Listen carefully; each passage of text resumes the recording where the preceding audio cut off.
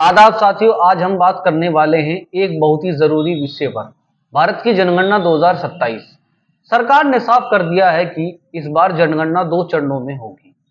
इसमें 33 सवाल पूछे जाएंगे और पहली बार जनगणना पूरी तरह डिजिटल होगी।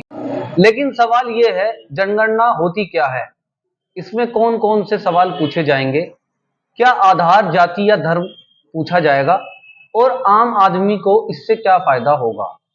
आज की इस वीडियो में हम आपको पूरी सच्ची और सही जानकारी आसान भाषा में समझाएंगे। बात करते हैं जनगणना क्या होती है। दोस्तों, जनगणना का मतलब होता है देश में रहने वाले हर व्यक्ति, हर परिवार और हर घर की गिनती। सरल भाषा में कहें तो सरकार ये जानना चाहती है कि देश में कितने लोग रहते हैं, कहाँ रहते हैं, कैसे रहते हैं और उन्हें किन सुविधाओं की जरूरत है।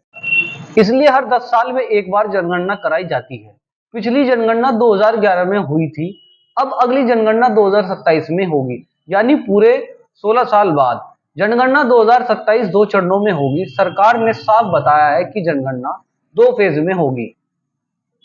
चरण हाउसिंग लिस्टिंग सेंसस 2026।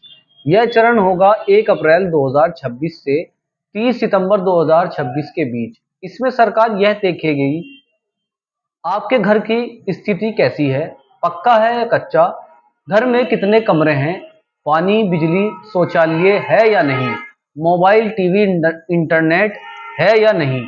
इस चरण में घर की जानकारी भी ली जाती है, व्यक्ति की पूरी गिनती नहीं होती। दूसरा चरण पॉपुलेशन सेंसस 2027। यह होगा 1 फरवरी 2027 से।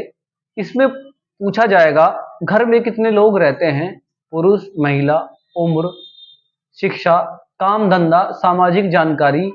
यहीं से देश की आधिकारिक जनसंख्या तय होती है। इस बार 33 सवाल क्यों पूछे जाएंगे? दोस्तों, सरकार ने पहले चरण के लिए 33 सवालों की लिस्ट जारी की है। ये सवाल इसलिए पूछे जाते हैं ताकि सरकार समझ सके कि लोगों के पास क्या सुविधाएं हैं, किस इलाके में क्या कमी है, किस गांव में क्या चाहिए, कहाँ स्कूल चाहिए, कहाँ अस्पताल चाहिए, कहाँ सड़क, पानी, बिजली की जरूरत है। मतलब योजनाएं कागज पर नहीं, असली जरूरत के हिसाब से बने। 33 सवालों में क्या क्या पूछा जाएगा, अब मैं आपको बिल्कुल आसान भाषा में समझाता हूं। घर पक्का है या कच्चा, दीवार किससे बनी है, छत किसकी है, कितने कमरे हैं, घर आपका खुद का है या किराए का,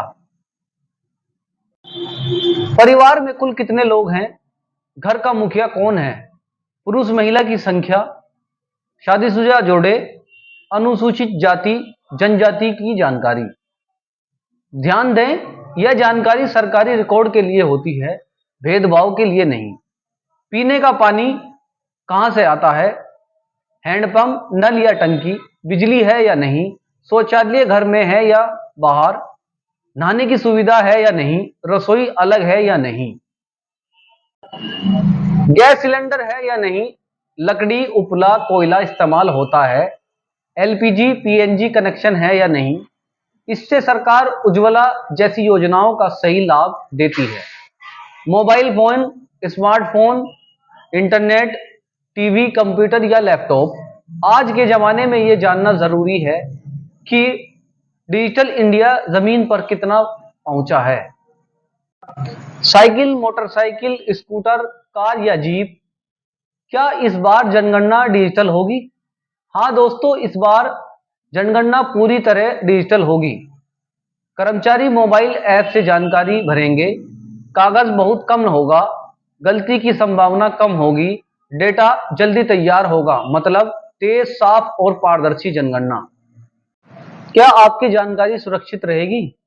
बहुत लोग डरते हैं कि हमारी जानकारी गलत इस्तेमाल न हो जाए, लेकिन आपको बता दें, जनगणना का डेटा गोपनीय होता है, किसी पुलिस, टैक्स या विभाग को नहीं दिया जाता, सिर्फ सरकारी योजनाएं बनाने के लिए उपयोग होता है, इसलिए डरने की कोई जरूरत नहीं।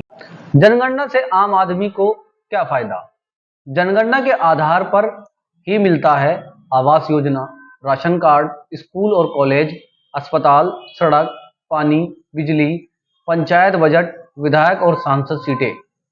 अगर सही गिनती नहीं होगी तो सुविधाएं भी कम मिलेंगी।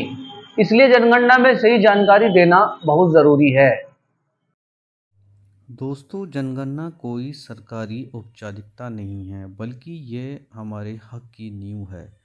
आप जितनी सही जानकारी देंगे, आपके गांव, मोहल्ले और शहर को उतना ही ज़्यादा विकास मिलेगा। अगर आपको यह वीडियो जानकारी पूर्ण लगी हो तो लाइक करें, शेयर करें, सब्सक्राइब करें, ताकि ऐसी सरकारी और जनहित की सही जानकारी हर व्यक्ति तक पहुंच सके